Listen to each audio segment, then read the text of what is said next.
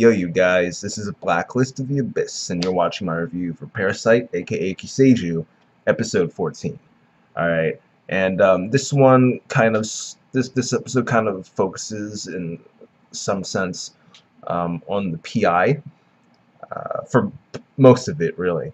Migi ended up deciding to focus on figuring out who that guy is working with, / for, because Shinichi finally decided to tell him that the guy was still investigating them, which was surprising because his cover was blown, so you would expect him, if he was actually working with the police or something, you would expect him to switch out with someone else whose cover was not blown.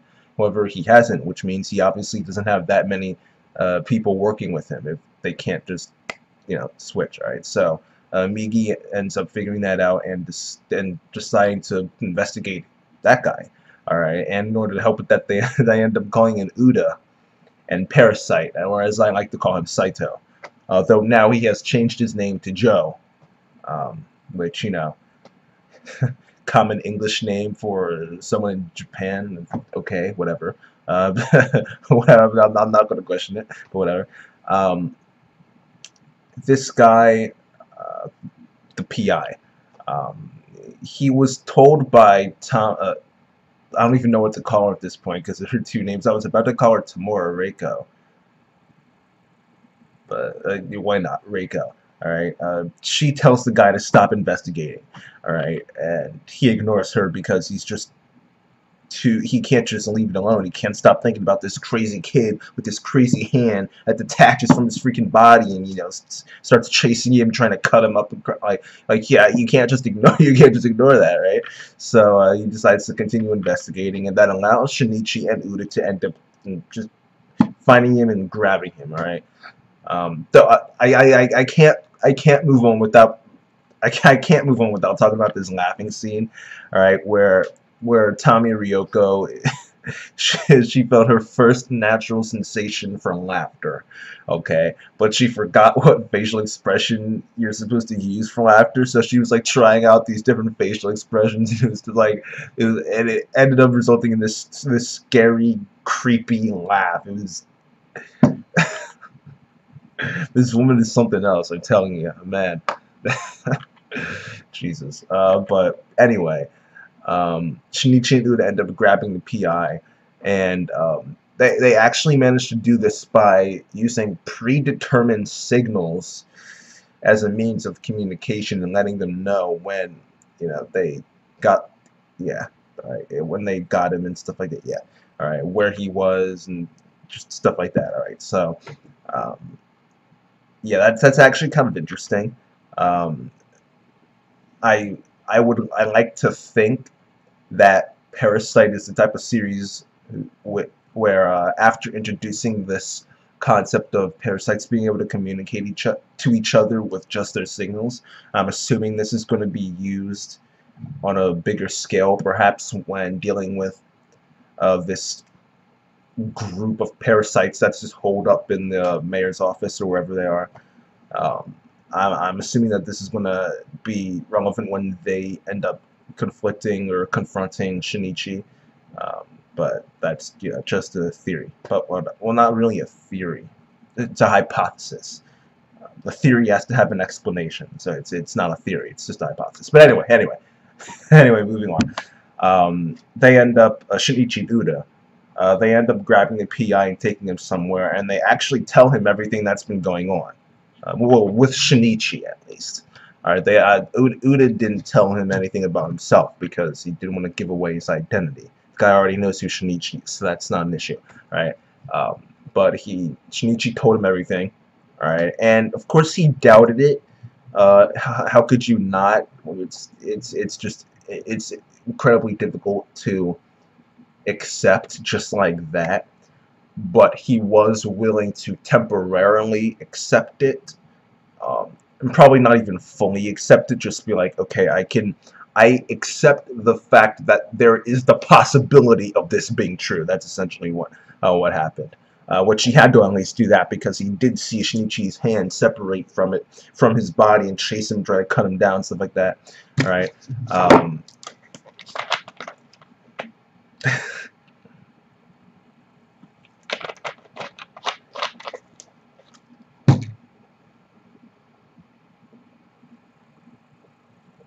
Okay. So I kind of forgot where I was. Okay, yeah. So this dude ends up, after hearing Shinichi's story, he decides to tell Shinichi that he should sacrifice himself to become a lab rat, because that would be the right thing to do in order to help humanity. Alright, and this dude is so full of crap. It's like, you and I both know, alright, you and all of us know that if he was, despite the fact that he's trying to act all righteous and all this stuff, we all know that if he was in Shinichi's position, he wouldn't give himself up. It's just so annoying. I can't stand when people do this. It's so annoying because they tell you to do something that they know they wouldn't do themselves, but they're acting like they would, and they're trying to get you to, it's so annoying. It's like, and the thing is, that's legitimately how people are too, and that's the most annoying thing about it, is that people do actually act this way. You know, like what's a good example? People will often talk about how, especially being in the United States, people will often talk about how we should be sending troops in the specific areas. And every time I hear someone say that we should be sending troops into a country, I'm just sitting there telling myself, like, why don't you go? You know, why don't you put some boots on, get some training, and go over there yourself if you want troops there so badly? You know, but no, because it's not you that's going over there. Of course, you can say we should have more troops over there, but if you had to do it yourself, you might not want to. All right, so it's I can't stand when people do this, man. They just annoy me. All right, it's just something that ticks me off. All right, but whatever. The way this ends up ending, all this PI stuff, is they end up making him realize that his client is, in fact, his client Tamura Reiko is actually Tami Ryoko, a Parasyte.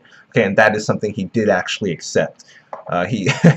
Because I never actually expected that to be anything. The fact that these Parasytes don't care about names, I never actually thought that that would be even remotely relevant. I thought it was just like a gag that they didn't care about names. But that was what ended up being the deciding factor in this guy actually buying into Shinichi's story, or at least part of it. The fact that Tami Ryoko does sound like Tamura Reiko. So, and they couldn't possibly have known that that was her name, Tamura Reiko. So it's not like they just made up a name that sounded like it. All right, it was like, so he couldn't deny it. All right, so I just found that to be kind of funny. But anyway, especially since Joe mentioned it too, he actually brought up the fact that, yeah, we don't really care that much about names. So yeah, it was actually kind of funny. But anyway, Ryoko have like 50 names for her now. She ends up calling Shinichi in order to meet up with him. All right, and they meet up at this university on the roof. The reason why Tami Ryoko chose that university is because Parasytes usually aren't around there, but also because she wanted to catch this lecture on altruism, which was interesting. She is definitely interested in learning about humans. I'm not really sure where this is going to go. I have a couple ideas, because they ended up talking about infanticide, all right, or however you pronounce it, all right, killing infants, okay, and the professor mentioned that it happens because of this thing called the selfish gene, okay, and that was the title of the episode, so that's going to be important. There's no reason to name the episode after something that's completely irrelevant. Right, that's going to be important in some way, shape, or form. And what I'm thinking, I have two ideas at the moment. Either Tami Ryoko is going to use this concept of infanticide and kill her baby, and that's going to set off Shinichi and cause him to kind of go down a path of no return that I previously thought was only possible if Murano was killed. Okay, that might be something that could happen. But a second thing I think could happen is that maybe she attempts to kill her child. Maybe she thinks about doing it. Maybe she's actually going to do it, but then she stops and she just can't do it. And she doesn't know why, because she knows about the selfish gene. She knows about infanticide. That's her justification in her mind. This is how nature is. So why I'm a parasite. So why is it that despite the fact that these things are true, why can't I kill this baby? Okay? and I believe that maybe Tommy Ryoko will end up being affected by this parasite human interaction in the complete opposite way that Shinichi has been, because Shinichi was a human who's finding himself to be like more and more parasitic. All right, but Tommy Ryoko, maybe she's a parasite who's finding herself becoming more and more human, because the other parasites have not shown the desire to learn about humans, at least not on the level that she has. Okay, so I think it would be interesting for her to kind of have the opposite character progression or development, I guess, that Shinichi has. I think that would be a really interesting way for this to go, and that's I think that could definitely be a direction that the series ends up taking. But something is definitely happening because of that baby, though, definitely, because that Shinichi was not. He was not pleased. Like, he was pissed at Tommy Ryoko. He wanted to kill her because she was talking about this baby, like saying things like, "Oh, well, I haven't done anything to it yet." You know, like she fully plans on doing something to this baby. He was mad about that. Plus, she riled him up by bringing up his own mother and you know, bringing that mother-child relationship into it. And that laugh came back. She started laughing at him, and when he was going to do something, she used the baby as a shield. So like, so that baby is going to be important in some way, shape, or form. All right. It's just a matter of which way. All right. But after all that, the girls from before who were, I think they were the same ones who were in the same lecture as Ryoko. They were the ones paying more attention to the baby than the professor. They came up onto the roof, and because of that, Ryoko left. Shinichi went after her, and it was interesting because there were a lot of people in his way, and he just yelled at them and told them, "Yo, move, humans! You know, get out the way!" And it was just interesting because for Shinichi to refer to them as humans in that way means that he himself has become less human. You know, like, if you refer to somebody as their species, I guess, like, biology isn't my thing, but like species, genus, and all that stuff, that's not my thing. But when you refer to somebody, when you refer to a life form, an organism, by their species, it usually means you don't consider yourself a part of that species. You know, we don't. You know, we call dogs dogs, we call cats cats, and if they're our own pets, then we may come up with names. Well, you do. You don't just say, "Come here, cat." You know, like we name our pets, but in general, we refer to them by their species name.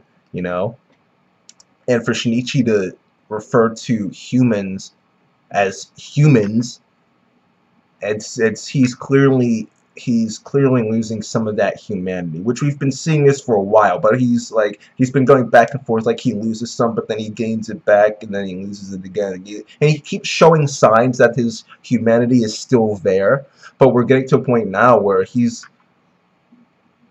kind of just losing it, which is interesting, seeing as though this comes right after he split from Murano.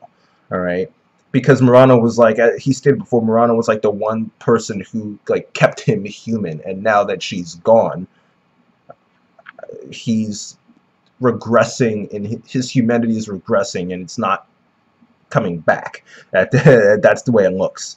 Right? Especially when we get to that fortune teller part at the end, because she tells him about the hole in his chest. Now he has to meet the person who caused it. And Shinichi goes back into parasite mode, and he checks his humanity at the door, and he says, "Oh, I killed that person already." That's obviously not very Shinichi-like, or pre-parasite Shinichi, I guess. That's not, and actually, there's actually two reasons why this series is important. Not just because it shows Shinichi losing his humanity, but also because of this fortune. Because obviously, Shinichi is referring to Nisei Nobuko, his mother. The parasite took out his mom. That's who he's referring to. Because if you take it literally, that she was the one who put a hole in his heart, you know. But I actually didn't take it that way. Usually when you get all the time when you get a fortune, it deals with the future. Okay, why would a fortune address an event that has already been that was several months ago? That doesn't make sense. A fortune would only address an event that has not yet been concluded, has not yet been settled, something that would have to happen in the future, you know. So what I think is that this hole in Shinichi's heart is more metaphoric. I think it's referring to the fact that he did lose Murano, and it's more of like an emotional, psychological hole in his heart. You know, I think that's what it's referring to. And I think that in order to fix that hole in his heart, he is going to have to go back to Murano, sit there and talk with her, and like the fortune teller mentioned, and just, you know, take care of everything. All right. But with Shinichi regressing like this, and him interpreting it a completely different way than I am, that's probably not going to happen. So I stick by my theory that Murano's done. Her and Shinichi, they're done. Murano's probably gonna die. I'm sticking by those theories. I'm sticking by them. I still think they're true. I still think that's what's gonna happen. So yeah, that's pretty much it. Yeah. Overall, I'd give this episode, I'd give it a 7 out of 10. Yeah, it was a cool episode. There was some stuff that happened, but most of it was more me coming up with theories, not like concrete stuff that happens that is definitely without a doubt going to have an effect on stuff down the line. It was mostly me saying this is probably going to have an effect, you know.